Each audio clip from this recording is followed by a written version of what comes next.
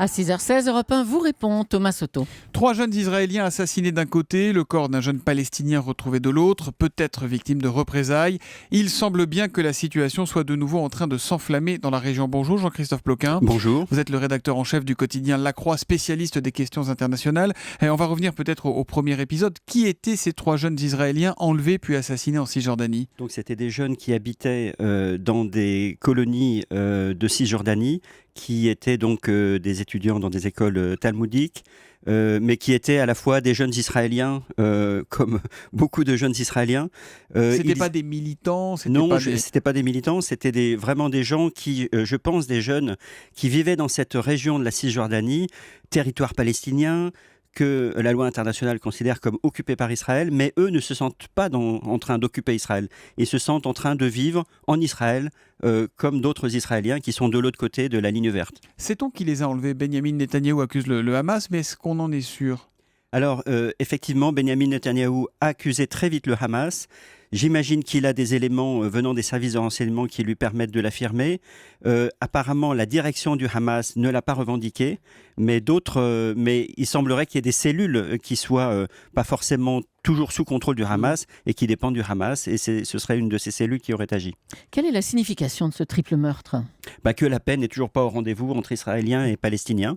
On voit que, bien que la situation paraissait relativement calme depuis plusieurs mois, voire plusieurs années, avec pour les Israéliens un niveau de sécurité qui était quand même très important, très peu de victimes israéliennes, eh bien on voit que malgré ça, la paix n'est toujours pas au rendez-vous, et qu'entre Israéliens et Palestiniens, il y a toujours une opposition profonde, et pour certains, une haine profonde l'un de l'autre. Et ça, c'est le message, la paix n'est pas possible, la paix n'est pas là, c'est le message qu'ont voulu envoyer les ravisseurs, les assassins de ces 3 jeunes? Je ne sais pas s'ils ont envoyé un message politique. Je pense qu'il y avait sans doute visiblement une sorte de crime d'opportunité en se saisissant comme ça de 3 jeunes qui étaient en train de faire du stop. Ce sont sûrement pour eux, effectivement, l'idée de dire cette terre n'est pas à vous Israéliens, elle est à nous Palestiniens. Ça a donné lieu à une surenchère verbale dans les 2 camps. Est-ce qu'il faut s'attendre à une opération militaire massive, notamment donc, de la part des Israéliens ? Alors, le cabinet de sécurité israélien examine cela très attentivement. Il y a des partisans d'infliger... Quand on dit ça, ça veut dire qu'ils sont en train de préparer l'opération en général? Non, je ne dirais pas ça. Parce que je pense qu'il y a vraiment des partisans d'une offensive importante par des frappes aériennes visant des objectifs du Hamas.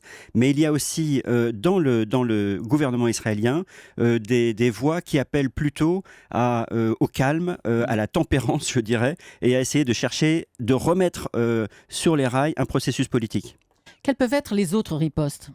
Ils envisagent plusieurs choses, je crois. Oui, alors je pense que je dirais que la meilleure des ripostes, ce serait effectivement d'essayer de retrouver une clé de dialogue avec les Palestiniens. Aujourd'hui, vous avez les Israéliens ont un partenaire pour la paix qui s'appelle Mahmoud Abbas, qui est le président de l'autorité palestinienne et qui a toujours, depuis qu'il est en fonction, condamné la violence. C'est vraiment quelqu'un qui refuse la violence comme mode d'action. Mais qui n'a pas la main sur Gaza, qui n'a pas la main, c'est le grand problème. Et alors il a essayé justement de passer un accord avec le Hamas, qui lui a la main sur Gaza, et c'est cet accord qui a énormément troublé les Israéliens et que Netanyahou a condamné.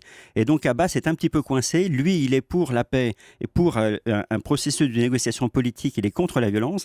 Il cherche à fédérer les Palestiniens derrière lui ou avec lui, et donc ça passe par un accord avec le Hamas, mais le Hamas, lui, n'a pas renoncé à la violence. Et est-ce que ce genre de drame, le meurtre des 3 jeunes Israéliens, le meurtre d'un jeune Palestinien hier en guise de vengeance, visiblement, n'arrange pas, entre guillemets, finalement, tous ceux qui, dans les 2 camps, ne veulent pas faire la paix?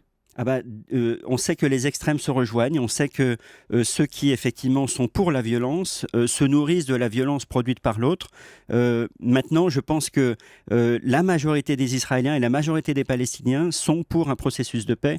Ce sont toujours effectivement des minorités activistes qui entraînent la région dans la violence. La majorité des Palestiniens et des Israéliens veulent la paix, vous nous le dites à l'instant, et c'est intéressant. Et quelle est la position de la majorité des Israéliens sur ces colonies en Cisjordanie, qui sont le point de fixation le plus aigu? Oui, je pense que la colonisation, effectivement, est un obstacle à la paix. Ça, pourquoi ? Parce que ça fait que des dizaines de milliers d'Israéliens vivent au milieu tout près, en coexistence très étroite, avec des centaines de milliers de Palestiniens, et que c'est une coexistence qui se passe bien au quotidien ou pas? se passe bien parce qu'il y a l'armée israélienne, parce que il y a une puissance, je dirais, de feu des colons également, parce que les services de sécurité palestiniens veillent au grain aussi en lien avec les services de sécurité israéliens. Donc voilà, tout ça fait que la violence est d'ordinaire très faible, mais on voit qu'elle peut repartir à tout instant. Quel est le poids réel, le pouvoir réel du Hamas qui règne sur la bande de Gaza, on le disait? Eh bien, c'est un pouvoir strictement de nuisance ou... Non, c'est un pouvoir de gouvernement aussi. Ils essayent de faire vivre la bande de Gaza. Ils essayent de contenir aussi des groupes beaucoup plus extrémistes que lui. Et par ailleurs, ils essayent de faire vivre un territoire complètement enclavé entre Israël et l'Égypte. Alors après le meurtre d'un jeune Palestinien, cette fois à Jérusalem, il y a eu des affrontements entre des jeunes Palestiniens et la police israélienne. Est-ce qu'il y a un risque de voir éclater une troisième intifada ?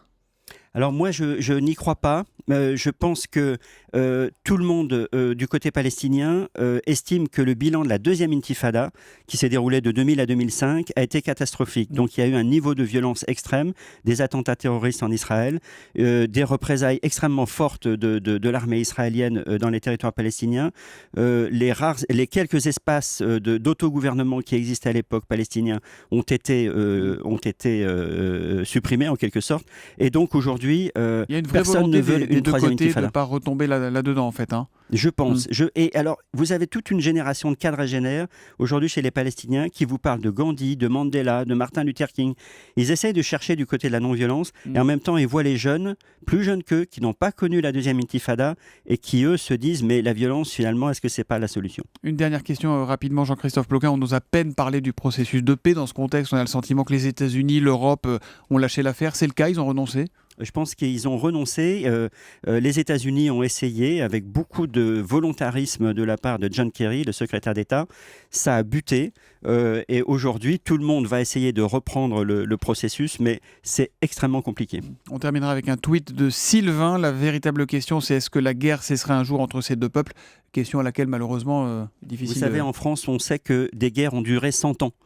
La guerre de 100 ans, ça existait en France. On peut penser que ça peut exister ailleurs aussi. Merci Jean-Christophe Ploquin d'être venu ce matin sur Europe 1.